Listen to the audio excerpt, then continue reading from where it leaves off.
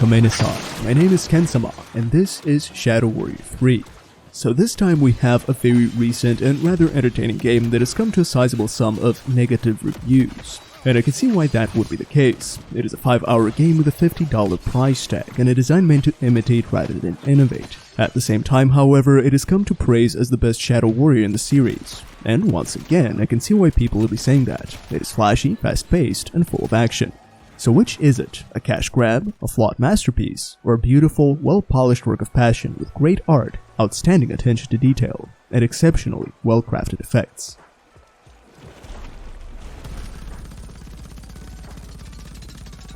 Yeah, it's a cash grab. As I first began writing this, I was going to give the game a negative review. It seemed like a blatantly lazy attempt at using a classic title for some cheap short-term income. Then as I played on through the second half of the game, all 3 hours of it, I found that I was actually having fun. I was enjoying Shadow Warrior 3, so that kind of ruined the black and white nature of my script that far.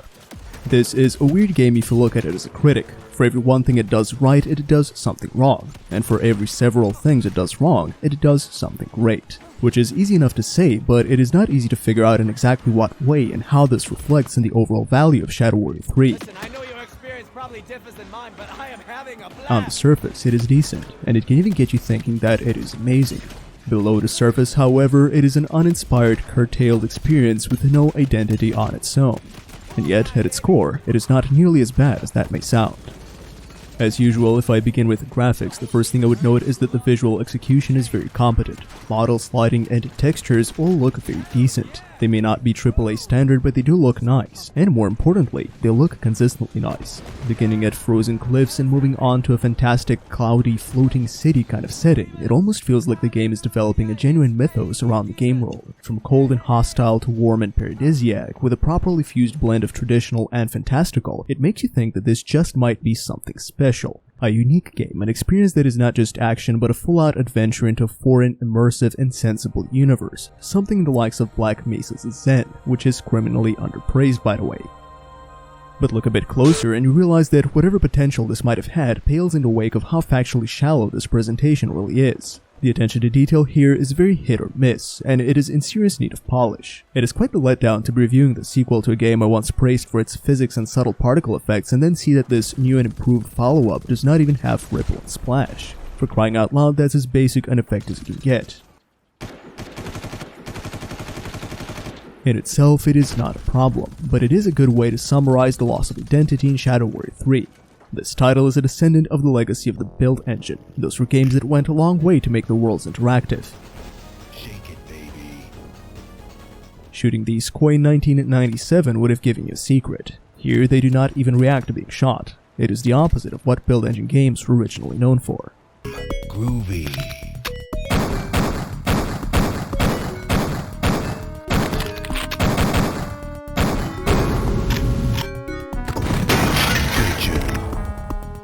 In regards to design, it is a change in focus, but this is not the only deviation in style. The art direction is entirely different from anything we've seen in the previous games. Whereas the settings in the reboot were grounded and diverse, and Shadow Warrior 2 juggles suburban, cyberpunk, and nature, this third entry is just a bunch of detached platforms, literally painted over with shiny overtones. Enemies are cartoony, flashy, and over-the-top wacky. While some of them are very creative, after a while you begin to notice that that is all they are. There is not much in the sense of diversity. The previous two games included myth, culture, crime, science fiction, and wildlife in their motifs. This third installation is an exclusively one-sided aesthetic.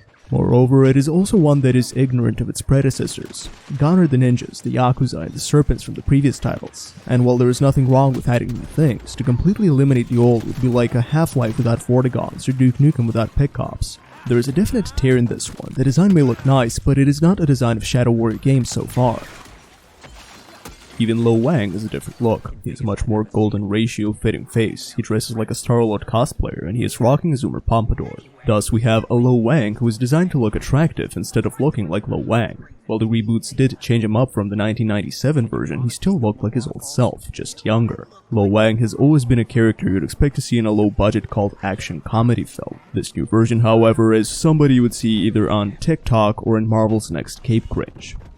This time around, he is also voiced by a different voice actor. The original actor, Jason Liebrecht, got removed from the project. His competence, loyalty, and experience with the subject matter not being an issue, he was denied the role because he was not Asian. This was reportedly done to fight racism. As this article puts it, one thing we did take out was a lot of the cheap jokes that had a lot of racial stereotyping and kind of sexist jokes, explained Nigel Lowry of Devolver in an interview with Engadget, replacing them with a little smarter comedy than the cheap ones that weren't there. Smarter comedy. The Immortal sucks. I farted for the first time. That was a surprise. Then later I gave birth to a little brown baby. I'm taking care of it now. This is the smarter comedy. So the design goal is pretty obvious here. It is an attempt to pamper to a new demographic. It is bright and flashy, and it features a well-dressed metrosexual who acts like a Ryan Reynolds character. All the while it treats bygone predecessors as forgotten, and a man has lost his job for being born as the wrong race. Because that's not racist or anything. You can notice this new philosophy in the writing as well. It is lazy, it is safe, and it contributes nothing, nor does it try to. It does not even care to reference the previous entries in any meaningful way. Even with the 3 characters it does bring back, this is only to completely subvert anything they might have stood for in the past. This one neither tries anything bold, nor does it have any respect for its roots. In an attempt to avoid negative attention, it seems to have done so at the expense of its character. And so, Lo Wang, the absolute madman who used to say this: Hello, is a Big Bottom there? First name Ivor? Ivor Big Bottom? Hey, baby, I got some lug nuts for you. Blue ones. Before you attack her, wrap your whacker. Oh, you little tiny dick. Is now a quirky superhero with references catered to the Amogu's fanbase. As this Steam user puts it, generic, culturally authentic voiced-over Zoomer D-bag fights giant toys in Candyland. Now this is not to say that the design does everything bad. There is a lot of good in this. The flashy aesthetics can't work, and for the most part, things fit together quite nicely. As you're jumping from platform to platform bathed in blood and guts and watching explosions and body chunks mingle like neckbeards at an anime convention, there is an undeniable harmony in the graphics of Shadow Warrior 3. Things fit well and they present what they're supposed to present, and in a very good style at that. Save for a colorblind pacifist, I cannot imagine a person who would deny the appeal of this kind of vibrant mayhem. But when that is the only thing the presentation has going for it, it eventually becomes stale. The overwhelming array of colors begins to show the actual structure. Once you've seen past the facade, you realize just how empty it really is. The color palette becomes less interesting the more you look at it, and in time, what was flashy and nice becomes just flashy. It is by no means ugly, but it is a case when pretty can become repugnant. It is like Thomas Kincaid meets modern Marvel Comics meets Has-Been Hotel. Add to this unimpressive build a bunch of slow-loading textures and the occasional low-detail prop, and you get yourself a recipe for, to put it eloquently. The lack of polish does not help the presentation at all, and neither does the lackluster performance. Playing on a Ryzen 5 3600 and an RX 5700 XT 1080 Ultra, I got a combination of majority 60 FPS interrupted by very noticeable stuttering, especially during crowded battles and during transitions to and from cutscenes. This makes performance a downgrade. Shadow Warrior 2 ran very smoothly in spite of having an open world. To bring the point home, look at the way the clip I used in introduction goes on. It is one of the best examples of just how poorly this game has been made. It is an on-rails level with some modification, and while it looks pretty lazy during the beginning, it is only later that it peaks. You eventually come up to a blockage in the water. Right, so I'll need to clear this so my raft can go through, obviously. My raft will stop moving right about here so it can get off, right? No, it's moving? What? Oh. This is one of those games where water is lethal, by the way, and not in the drowning sense, but in the professional gamer sense. You touch water, you die. I made a joke about the lazy death animation in the reboot where you just sink like a stone and full damage insta-kills you, but this is even worse. You don't even get to sink. Collision is enough. Careful, careful, careful, dead. But what would have happened back there had I jumped off the raft? See, now I've jumped to safety, and the raft goes through solid matter. Let's try again. Nice. So yes, judging by the visual appearance, it is easy to see why people would consider it a lazy cash grab. It is shallow and uninspired, and consequently, in spite of what it does right, it comes off as dishonest. It has no respect for its predecessors, it does not build up on what they have established, nor does it do anything special on its own. Even seen as a standalone game, you get a shallow, uninspired standalone game. Did you want to seal a Wang? Too bad, because this is not the Shadow Warrior you knew. Conversely, did you want to see something new? Again, too bad, because this is Shadow Warrior. Which is not to say that the gameplay is of equally deceptive quality. There is a quality game in this one, even if restrained to a very simple formula and a rather unpolished execution. Now, when you first launch the game, you might notice some issues with the menu. You cannot bring down mouse sensitivity and the settings to a point below 0.5. There are visual settings you might not be familiar with, and the game does not care to explain them. And for some reason, it still does not make fun of people who play on easy. Let me fix that. There you go. But we're still optimistic as we get into the game. And one thing to note right away is that there is cause for optimism. The gunplay in particular is very solid. This is an arsenal where every weapon has its use beginning to end. The workhorse is a power weapon and power weapons are workhorses. Take the shotgun, for example. As a staple of boomer shooters, it's been used to clear waves of light to medium enemies almost universally. But in Shadow Warrior 3, it is also used for taking down the largest and tankiest as well. Or the starting pistol, which happens to be one of the best weapons for fighting the final boss. I like the spin on the formula too, where gunslinging has been presented not as slow-firing twitch aim precision combat, but as rapid fanning action. It also helps that enemies have been designed with the intention of being easily hit, so will not suffer through bad hit detection. And then you have something like the grenade launcher, which in spite of being a power weapon also puts the cannon in cannon fodder. I really like this one. The hitboxes and collision detection are almost foolproof here. It is like the Loch Ness from TF2 but with projectile magnetism. There is even an upgrade that makes missed bouncing projectiles hone in on enemies. It does not require much skill to use, but the way it behaves tricks you into thinking that it does, which, just like anything that looks skilled but is actually very easy, makes for a very satisfying experience. And these are just 3 out of 7 weapons. You also get a railgun, which is exactly what it sounds like, dual submachine guns, ideal for DPS, and a blade launcher, which again, in spite of being the last weapon you get, performs very well, both in rooting larger enemies in place as well as taking out smaller foes across the arena.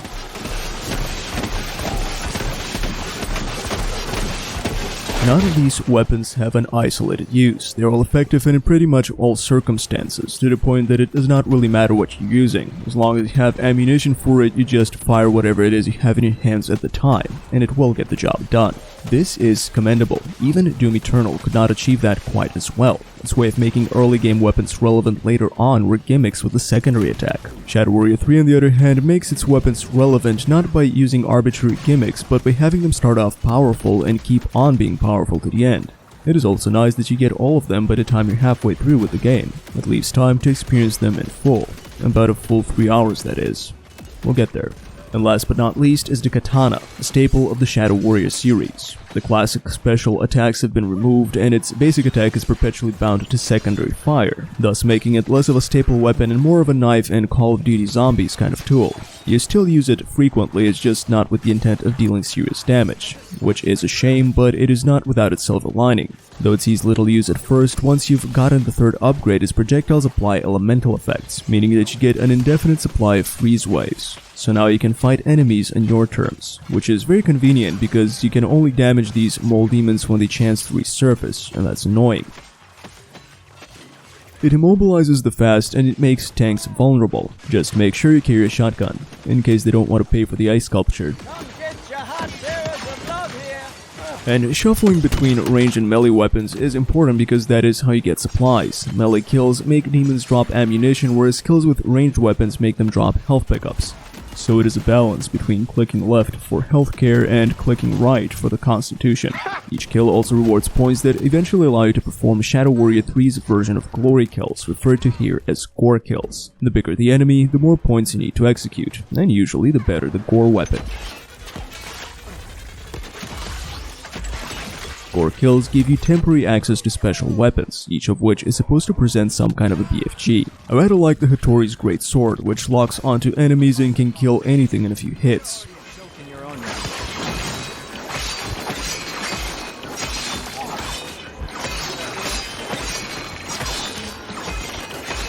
I'm also fond of the minigun you pull out of the body positivity model.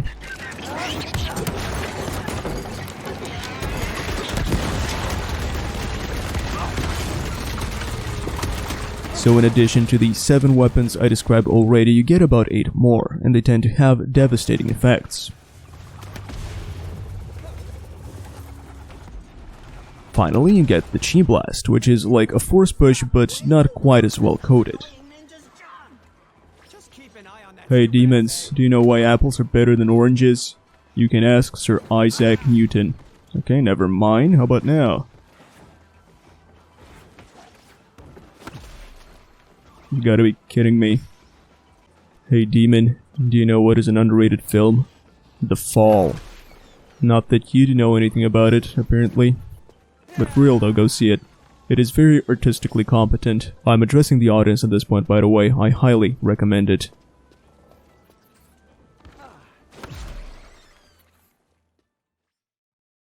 As you use combined arms to demonstrate that everything perishable will perish, you can complete challenges, which go on to give you upgrade orbs. You then invest these orbs in empowering yourself and your arsenal. Some of them are generic stat upgrades, and others improve the versatility of your weapons, like the shotgun here, which turns into a fully automatic weapon with no reloads.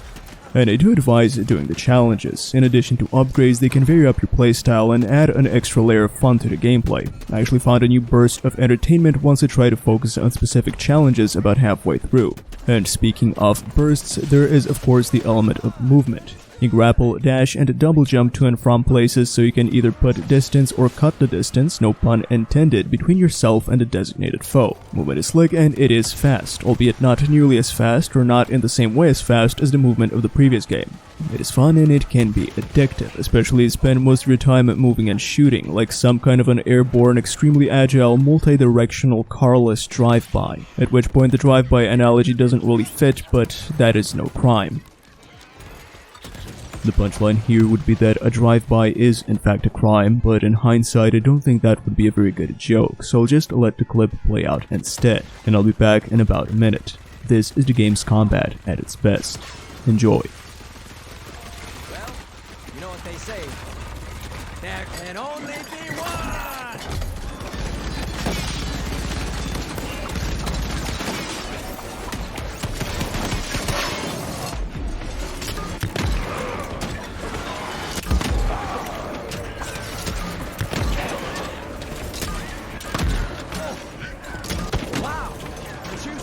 Shot. No? Oh yeah, because you were too busy dying.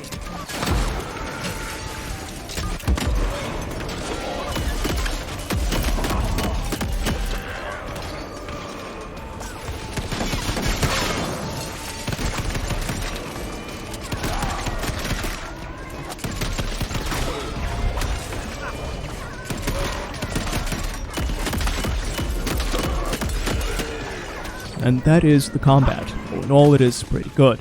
The fighting arenas are interconnected with fairly easy platforming sections and some light secret hunting, which helps you to get your hands on even more upgrade orbs. The platforming is nothing to write home about, but there are 2 or 3 platforming sections in the game that are genuinely fun. If not because of challenge, then definitely because of the pacing. They have a convincing action-adventure feel, especially when interlaced with some combat. It won't revolutionize first-person platforming, but just like great Alberts of history, you don't need to be the great in order to be great.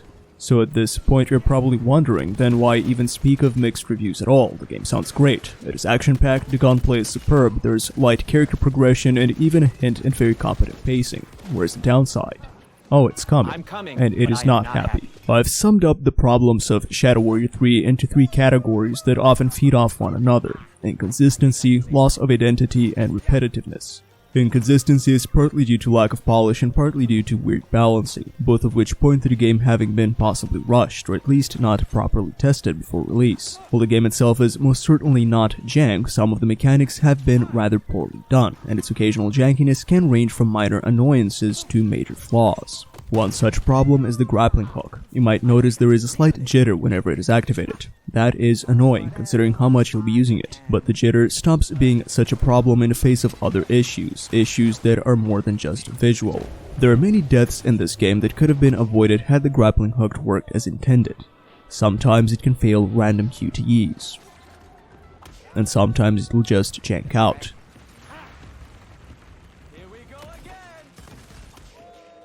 Here you can get stuck on the platform. At least twice. Subtle, jank mechanics are present all over, and although they may not be overwhelming on their own, much like the Viet Cong, they lurk around every corner. This is the Chi Blast. It is designed to push enemies off ledges. At the same time, it feels like it was designed to fail in its purpose about 60% of the time. It reminds me of when the Batman Arkham games broke the laws of physics so Batman does not accidentally push anybody off a rooftop. Try as I might, I cannot hit the hole. If this is not bad game design, then it is a very good metaphor for inceldom. Just for reference, here is a similar mechanic from 2002.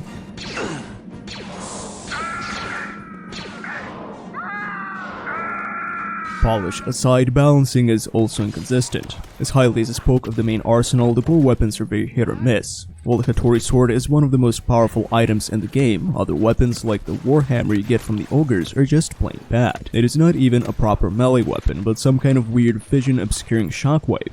It is very weak in spite of its presentation suggesting the opposite. Its damage output is but a fraction of the Hattori sword, and its only use is to one-shot the fodder enemies you one-shot with normal weapons anyway. Others have lackluster feedback or are too inconsistent to be useful. In fact, there are only 3 or 4 gore weapons that are worth getting. For everything else, it is better to just stick to conventional combat tools. Secret hunting sounds like a good idea, but secret hunting without a map is almost as bad as secret hunting in a world that does not invite exploration. And for some reason, I don't consider isolated arenas that may or may not have secrets as something I'd want to spend time exploring. For a game that is supposed to prioritize gameplay over story, Shadow Warrior 3 is awfully keen on cutscenes. I lost count on how many times the gameplay was interrupted by cinematic intervention. You might think wall running is a good lead into the start of an arena fight, but instead of a smooth transition, the action gets interrupted by this totally needless introduction.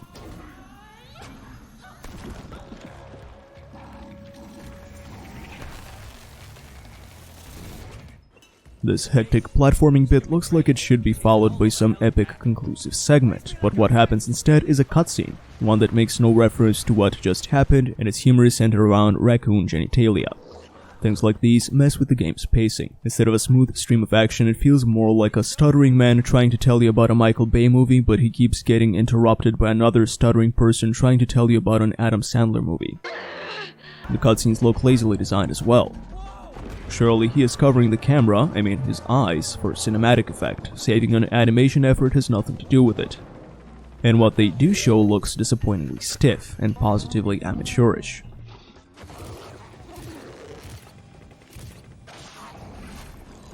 In-game dialogues are not synchronized with how long it takes to traverse the terrain associated with the playtime. So often one dialogue is triggered before the other was supposed to have ended. Would you look at that view? So, what was it like being dead? And I wonder just how slowly they expected the player to move if they mistimed them by this much. Floating in a deep void of nothingness. A dark, cold, empty, endless, empty oblivion. Sounds kind of boring. It is little things like these that add up to a sense of incompleteness. It is a game that is almost there but not quite there, and this contrast between what it presents, what it demands, and what it offers can account for a large part of the displeasure people might feel when playing Shadow Warrior 3. And this was just the problem with inconsistency. There's a lot more to cover.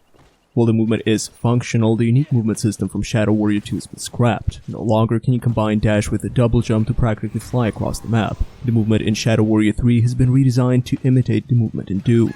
One-shotting demons is fun, but these are not the enemies you'll be fighting. The real enemies are bullet sponges spawning in smaller numbers. The fodder types are just an indefinitely spawning supply of ammunition and health, just like Doom. There are enemies that you need to kill and enemies that you kill so you can kill the actual enemies that you actually need to kill. So the gameplay loop becomes a rather predictable affair. You run around while you have ammunition fighting the big guys. As long as you keep moving, you should be safe.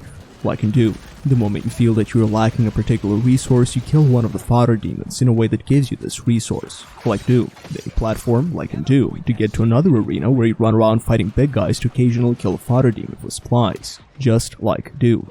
At the same time, sword use is limited to quick melee slashes. You do not get a highly damaging lunge or a powerful wave sweeping forward. You do not spin, and the sword is not a viable melee alternative to guns, unlike the Shadow Warrior reboot and Shadow Warrior 2.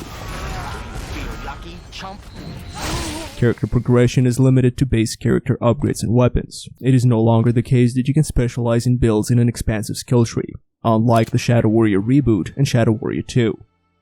And whereas you do have the clunky Chi Blast, you do not have spikes, manual healing, invisibility, or vortex, which were actually great fun in Shadow Warrior 2. So there is the loss of identity. This is not a Shadow Warrior game, it is just a flying wild hog game impersonating an id game. And that is an insult to every iteration of Shadow Warrior so far. These games were unique. Though the Doom reboots are great, it does not follow that all classic reboots should assimilate into their style. There were things that Shadow Warrior did just as well, but in a different way, and one might argue, even better.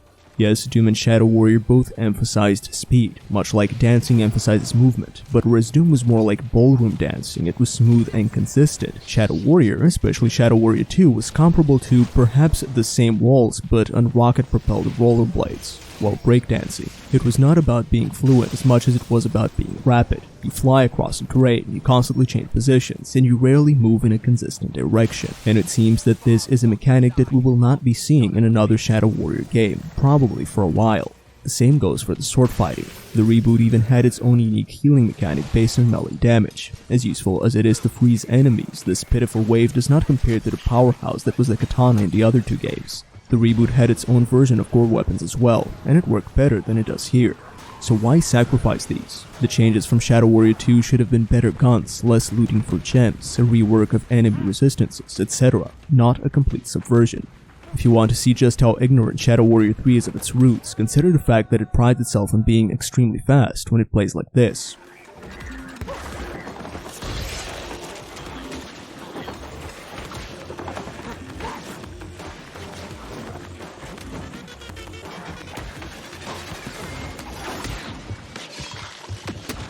All the while its direct predecessor played like this.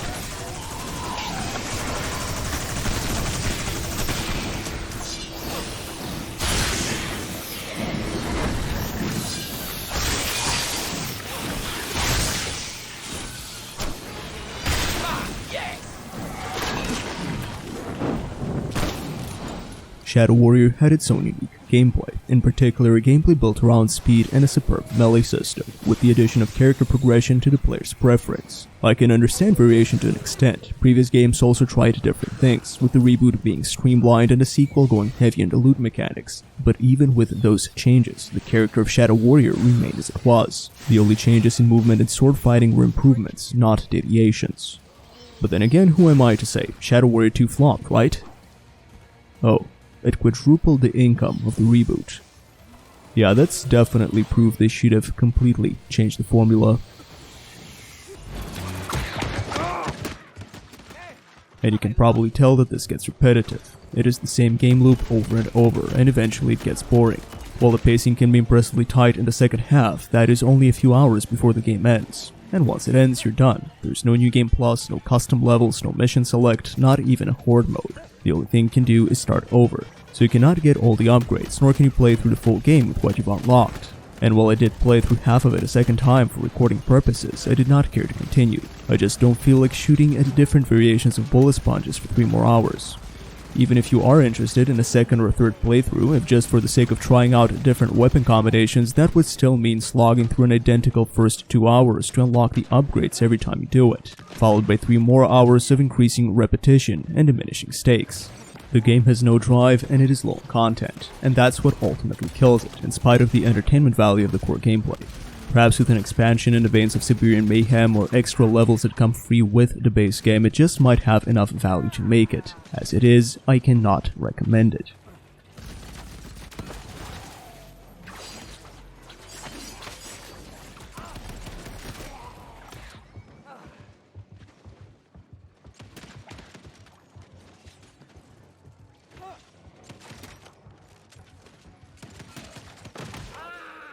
Shadow Warrior 3 has neither the ingenuity of the reboot nor the mechanics of the sequel. It lacks the polish of a AAA game and it misses the charm of a AA game. And this is what makes it look bad in the eyes of many, myself included. It is not a bad game by any means, but it is not a very good game either. And worse still, it is not Shadow Warrior. On the flip side, if you're looking for a poor man's Doom Eternal and it happens to be on a discount, you might get some mileage out of it. After all, it is a fun game. A $50 5-hour fun game, but fun all the same. From what I've seen in my playthrough, I can tell you that it is definitely not a lazy cash grab. But it most certainly feels like one. Take that as you will. And that is the end of the review. A big thanks goes out to my subscribers, at least those who actually watch the videos. That goes double for the people who bought my book. By the way, if you're one of those people and you're in Discord, please let me know. I'd love to hear some feedback. So, have a great rest of your day, join my Discord server if you want to chat, and check out my literature if you think you would enjoy my writing. Provided you enjoy my videos, you probably already do. Links are in the description. Peace out, take care, and I'll return soon, probably with something entirely different.